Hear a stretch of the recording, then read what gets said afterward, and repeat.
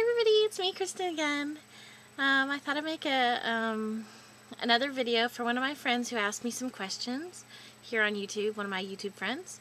I'm not going to say his name because I don't know if the person wants me to say their name.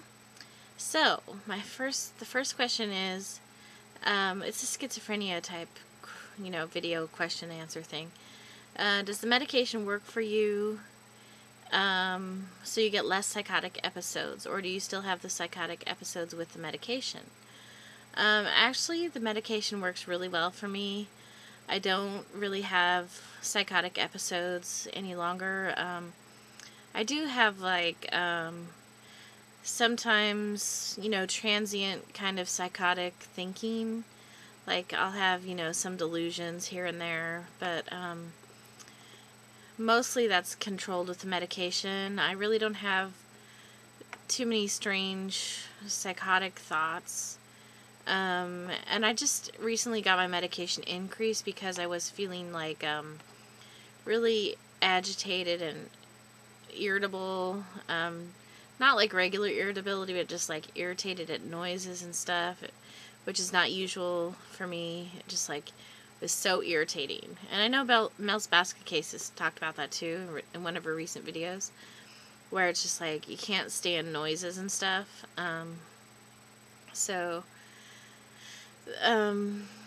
But I used to have major psychotic breaks before when I wasn't taking medication, and it was really bad. I would go and kind of live on the streets, for periods of time because I was just really insane.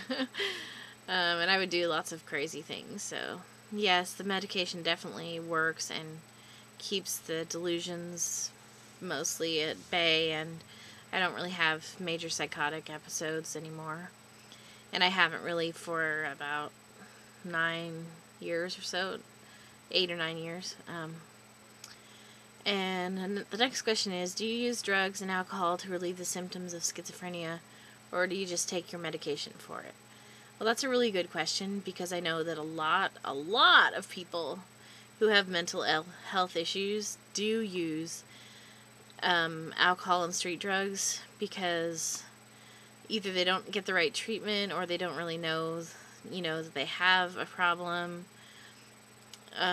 That's why so many times if you go in the hospital, there'll be chemical dependency counseling and people going to AA meetings and stuff, because so many people use drugs and alcohol because people don't know how to cope with it, because it's so, difficult to cope with on your own. Luckily, I don't use drugs or alcohol. I never drink, and I've never actually even been drunk. I've never used any illegal substances, but that's only because basically I know that for me it's going to be a mess. Alcoholism kind of runs in my family in some parts of it, and the way I am, I know that if I found relief in drugs or alcohol, I'd probably be addicted, so I just chose, and I still choose, not to use any other drugs or alcohol. And also because alcohol is a depressant, so you take alcohol, maybe it makes you feel good for a while, but it really makes you depressed in the long run. And other drugs that even make you high or feel good, eventually you'll come down off that high, and it's short-term gain, for feeling good. Maybe it'll help you for a while, but eventually the high will wear off, and it's expensive too. I don't have money to spend on drugs, and it's just not worth it to me. I understand why people do it. I've thought about doing it, oh yeah, maybe some cocaine would really make me feel great or something, but I know that realistically it's just a path that you don't want to go down, really. I've seen a lot of people hurt and negatively affected by drugs and alcohol, and especially if you have a mental illness, it's so much more difficult if you have a drug addiction or alcohol problem. or if you have both. So I would say if there's any way you can stay away, I know it's hard for people to stay away from it, but if you can stay away from it, please do, because it'll just make your problems like 100 times worse than they already are. It's like totally. So I just take my medication.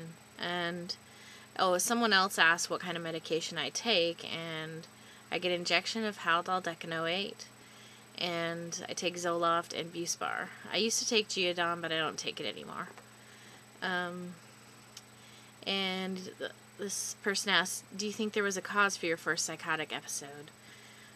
I don't know if there was really a cause. Maybe, like stress brought it on, or like just, because it happened when my first psychotic episode was kind of like when I was 15, 16 years old, and I don't really know why it happened. I know that I was a teenager and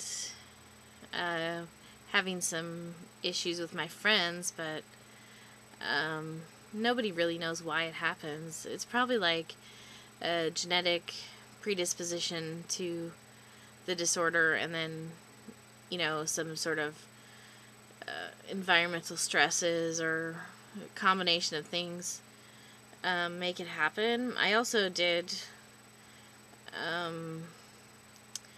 right before it happened, I sort of went on a crash diet and lost a lot of weight.